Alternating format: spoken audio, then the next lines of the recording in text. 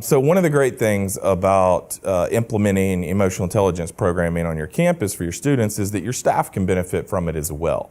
And we found that that happened sort of organically. That was not our goal when we started the program, but there were several departments that started to reach out to us and say, we would like for you to come assist our office with some of these things as well. We see our students doing it and it's producing great results in them.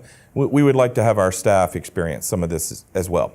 So I got a phone call one day from a director of a department that was, by all accounts, very successful, good morale in the office, very low staff turnover. Everything was going well for them, but the director indicated that they had recently been having some sort of passive-aggressive issues, some interpersonal type issues with their coworkers, and wanted to know if we could come in and help with that. So we did an assessment. We used the workplace report for these staff members, and found that it was a really interesting situation because, as I said, by all accounts, the office was very successful.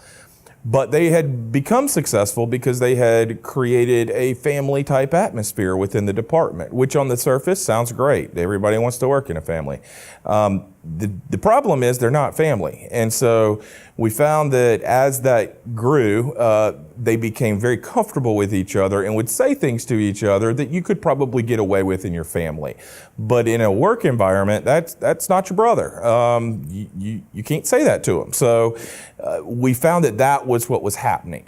And it was very interesting to see that dynamic because we also were able to understand from new staff members who had been recruited recently to the department that they were very aware of this family environment, the inside jokes, that type of thing.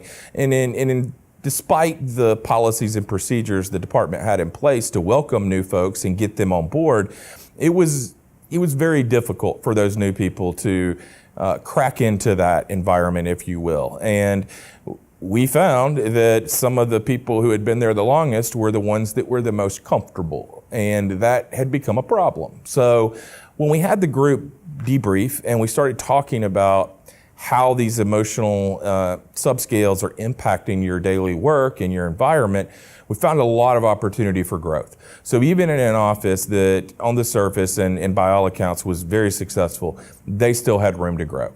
And we also saw departments that were not functioning very well, and it was obvious to a lot of people. And having those conversations with the staff members allowed them to share how they felt, and it really helped facilitate conversations. One manager actually told me that this is the type of thing he had been looking for because he wasn't sure how to approach some of his staff about the concerns he had with some of their behaviors. But this allowed him a very objective, not